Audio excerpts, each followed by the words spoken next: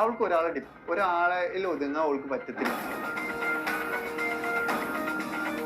Actually bipolar ഉണ്ട്. 2020 ഇവള് treatment എടുത്താ കോളഞ്ചേരി ഹോസ്പിറ്റലിലോട്ടാണ്. ഇതാണ് കോളഞ്ചേരി ഹോസ്പിറ്റല്. ഇതിലോട്ട് ഞാൻ ഇപ്പൊ വിളിക്കാൻ പോവാണ്.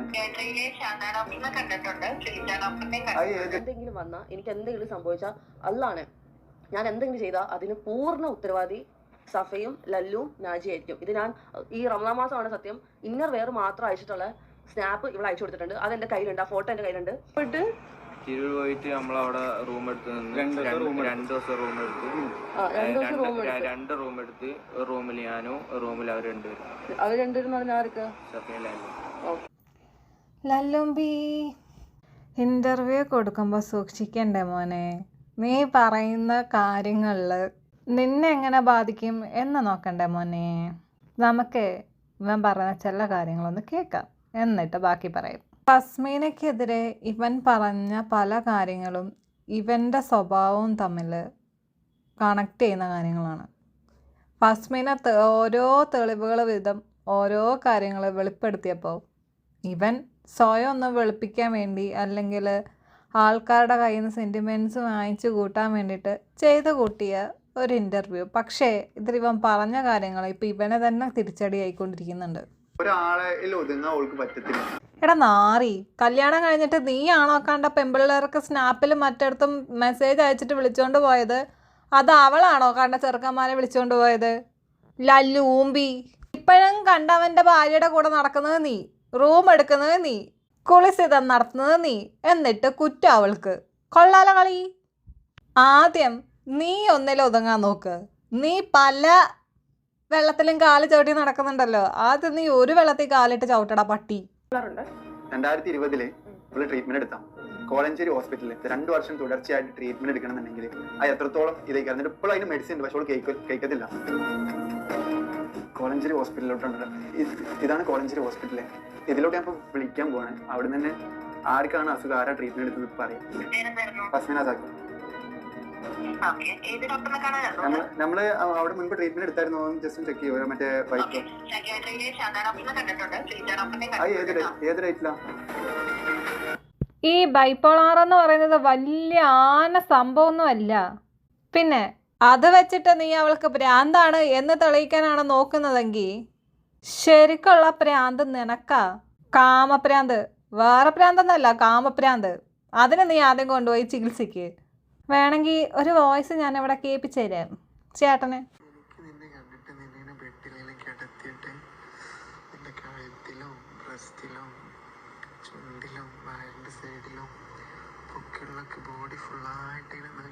ബാക്കി ഞാൻ വെക്കുന്നില്ല, കാരണം നിന്റെ അത്ര ചെറ്റയല്ല ഞാൻ. എനിക്ക് വയ്യ, വൃത്തികെട്ട നാറി.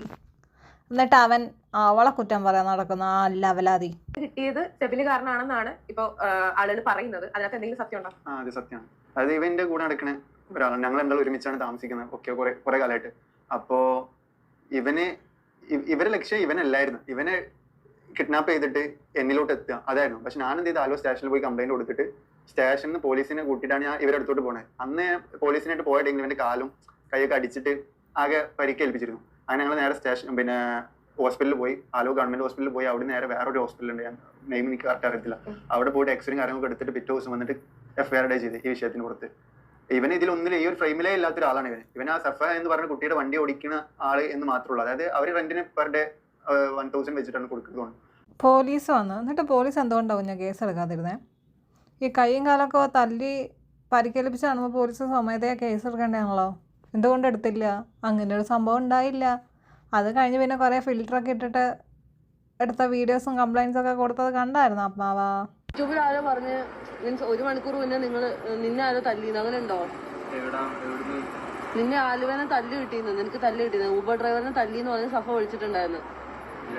ഇല്ലല്ലോ, അങ്ങനെ എന്തെങ്കിലും സംഭവം ഉണ്ടോ? ഇല്ല, സഫ പറയുന്നതായിരിക്കും, എനിക്കറിയില്ല. അടിയൊന്നും ഉണ്ടായിട്ടില്ല. നന്നായിട്ട് നാജി ഊബർ ഡ്രൈവറായി വിളിച്ച് പറയുന്നത് അങ്ങനെ ഒന്നും ഉണ്ടായിട്ടില്ല എന്നുള്ളത് തേഞ്ഞ്. അവൾ കേസ് ഓൾറെഡി കൊടുത്തിട്ടുണ്ട് പറഞ്ഞു. അങ്ങനെ ആലുവ സ്റ്റേഷനിൽ ഫസ്റ്റ് കേസ് കൊടുക്കുന്നത് ഈ സൈബർ സെല്ലിൽ പോയിട്ട് കേസ് കൊടുത്തു. ഇങ്ങനെ എന്നെ പറ്റിയിട്ട് ഇല്ലാത്ത റൂമേഴ്സ് യൂട്യൂബിലും ഇതിലൊക്കെ ഉണ്ട്. അപ്പോൾ സാർമാർ പറഞ്ഞാൽ ലിങ്ക് എടുത്തിട്ട് വിട്ടുതരാൻ വേണ്ടി പറഞ്ഞു. സാർമാർക്ക് ലിങ്ക് വിട്ടു കൊടുത്തു. അല്ലാതെ ഞാനും ഇവളും തമ്മിൽ മുൻപ് ഒരു പരിചയമോ ഒരു ബന്ധമോ കാര്യങ്ങളൊന്നുമില്ല. എൻ്റെ ഫ്രണ്ട് ഇവളെ വണ്ടി ഓടിക്കണമെന്ന കാര്യം മാത്രമേ ഉള്ളൂ. അല്ലാതെ ഞാനും ഇവളും തമ്മിൽ യാതൊരു തരത്തിൽ ബന്ധമില്ല. ഈ സംഭവം ഈ പ്രശ്നങ്ങൾ ഉണ്ടായിട്ട് ഈ പോലീസ് സ്റ്റേഷനിൽ കേസ് കൊടുക്കുമ്പോഴാണ് പിന്നെ അവൾ കോൺടാക്ട് ചെയ്യുന്നത്. പിന്നെ ആ ഗ്യാപ്പിൽ ഞാൻ പിന്നെ അവൾ കോൺടാക്ട് ചെയ്യാൻ ഒന്നും ഞാൻ പോയിട്ടില്ല. അതായത് ഈ ഫെബ്രുവരി 16 or 17 അതുകൊണ്ട് അവൾ കേസ് കൊടുക്കണം. ആ ടൈമിലാണ് ഞാൻ അവളായിട്ട് കോൺടാക്ട് ചെയ്യണം. അല്ലാതെ ഞാൻ ഒരു കോൺടാക്ട്.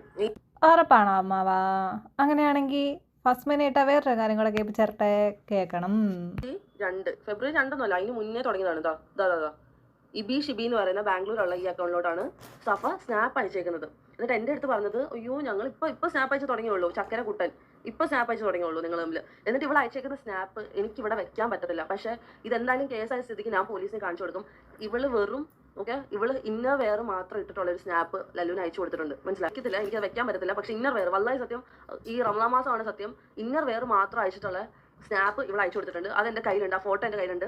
ഇവന്റെ ഈ സ്നാപ്പ് എൻ്റെ കയ്യിലായിരുന്നു കുറച്ച് നാൾ. ഈ സ്നാപ്പ് എനിക്ക് കിട്ടിയായിരുന്നു. അതുകൊണ്ട് ഞാൻ ആ സ്നാപ്പ് സേവ് ചെയ്ത് വെച്ചിട്ടുണ്ട്. എന്നാൽ ഞാൻ പുറത്ത് വിടത്തില്ല. ഞാൻ എന്തായാലും പക്ഷേ പോലീസിനെ കാണിക്കും. ഓക്കെ, ഹൂളുപ്പില്ലാതെ തള്ള വന്നിട്ട് പറയുവാ ഞങ്ങൾ തമ്മിൽ ഓരോ ബന്ധമില്ല, ഇന്നർ വെയർ മാത്രം ഇട്ടിട്ടുള്ള ഫോട്ടോ വരെ ഈ ലല്ലു ഊമ്പിക്ക് അയച്ചു കൊടുത്തവളാണ് സാഫ അമ്മച്ചി.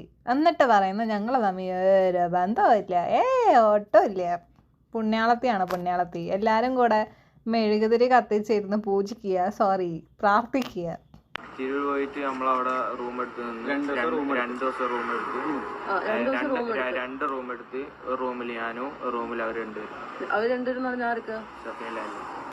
റൂം എടുത്തത് പിന്നെ കണ്ണി നോക്കിയിരിക്കാണല്ലോ സാഫയും ലല്ലും കൂടെ അല്ലേ? അവളെ ലൈഫിലോട്ട് വന്നതിന്റെ ശേഷം അവൾ നെഗറ്റീവ് ഫസ്റ്റ് പോയത്. അതിന് മുൻപ് അവൾക്ക് ഫുള്ള് നെഗറ്റീവ് ആയിട്ടുള്ള കമന്റ്സും കാര്യങ്ങളും, മറ്റേ തൊപ്പിയായിട്ടുള്ള, അവന്റെ പേരൊന്നും ഇതിൽ വലിച്ചിട്ടുണ്ട് കാര്യമില്ല. പിന്നെ പക്ഷെ ഞാൻ പറയാം, അവനായിട്ട് റിലേഷൻ കഴിഞ്ഞതിന് ശേഷം അവൾക്ക് ഒരുപാട് നെഗറ്റീവ് ആയിരുന്നു. പിന്നെ ഞാൻ വന്നതിന് ശേഷമാണ് അവളെ തലയിൽ തട്ടടലും കാര്യങ്ങളൊക്കെ സ്റ്റാർട്ട് ചെയ്ത് പിന്നെ നെഗറ്റീവ് എന്നൊരു പോസിറ്റീവിലോട്ട് ഞാനെ കൊണ്ടുവന്നിരിക്കണേ. അവള് വീഡിയോ എടുക്കുക, അവളെ ചാനലും കാര്യങ്ങളൊക്കെ ഇക്കാരം. പക്ഷെ എന്റെ ഒരാൾ കൂടെ ഒരു പാർട്ണർ ഉണ്ടാവുമ്പോൾ ആ പാർട്ണർ പറഞ്ഞനുസരിച്ച് കുറച്ചെങ്കിലും കേൾക്കുമല്ലോ. അതിന്റെ അടിസ്ഥാനത്തിൽ ഓള് ഇന്റെ ഒരു ഇതിന്റെ പുറത്താണ് അവളിങ്ങനെ ഇതാക്കിയിരുന്നത്. നീ വന്നതിന് ശേഷമാണ് ആ പെങ്കൊച്ചന്റെ ജീവിതം നശിച്ചു പോയത്. നീ വരുന്നതിന് മുമ്പ് നെഗറ്റീവ് മാത്രമേ ഉണ്ടായിരുന്നുള്ളൂ. നീ എന്ന് കാല് കുത്തിയോ ആ പെണ്ണുകൊച്ചിന്റെ ജീവിതമേ പോയി കിട്ടി. ഫസ്റ്റ് പ്രഗ്നന്റ് ആണെന്ന് പറഞ്ഞിട്ടാണ് ലല്ലുവായിട്ട് കല്യാണം കഴിക്കുന്നത്. നിക്കായിക്കുള്ള മെയിൻ റീസൺ, പെട്ടെന്ന് നിക്കായിക്കുള്ള മെയിൻ റീസൺ പ്രഗ്നന്റ് ആണെന്ന് പറഞ്ഞിട്ടായിരുന്നു. അങ്ങനെ ഉണ്ടായിരുന്നു ശരിക്കും? പ്രഗ്നന്റ് ആയിരുന്നു ചോദിച്ചു കഴിഞ്ഞാൽ പ്രഗ്നന്റ് ആയിരുന്നു. പക്ഷെ ഞാനാണോന്ന് എനിക്കൊരു ഉറപ്പില്ല. നിന്റെ തന്ത ആയിരുന്നടാ നാറി അതിന് ഉത്തരവാദി, ആ ലവലാതി പിടിച്ചവനെ. അവളെ മാക്സിമം താഴ്ത്തി കെട്ടി സ്വയം വെളുപ്പിച്ചെടുക്കാൻ വേണ്ടിയിട്ട് നീ ഈ ശ്രമിക്കുന്ന ശ്രമം ഉണ്ടല്ലോ, ബുദ്ധിയും ബോധവും വിവരവും ഉള്ള ആൾക്കാർക്ക് ഇത് പെട്ടെന്ന് കത്തുവാടാ. നിന്നെ പോലെയുള്ള ഒരു ബോധം ഇല്ലാത്തവന്മാർക്കായിരിക്കും ഇതൊന്നും കത്താതിരിക്കുന്നത്. നീ ഒരു നാറിയാന്നുള്ളത് മനസ്സിലായോ? ആകെ നിനക്ക് പറയാനുള്ളത് ബൈപ്പോളാർ, അതല്ലേ ഉള്ളൂ നിനക്ക് പറയാൻ. നിന്റെ ഈ അവിഹിതത്തിന് നീ അതിനെ വലിച്ചിടാൻ നോക്കണ്ട കേട്ടാ ലല്ലു ഊമ്പി. എന്തായാലും ഈ കേസിൻ്റെ കാര്യത്തിൽ തീരുമാനമാവല്ലോടാ നാറി. അന്നത്തോടെ നിന്റെ അവസാനമായിരിക്കും. ശരി എന്നാ.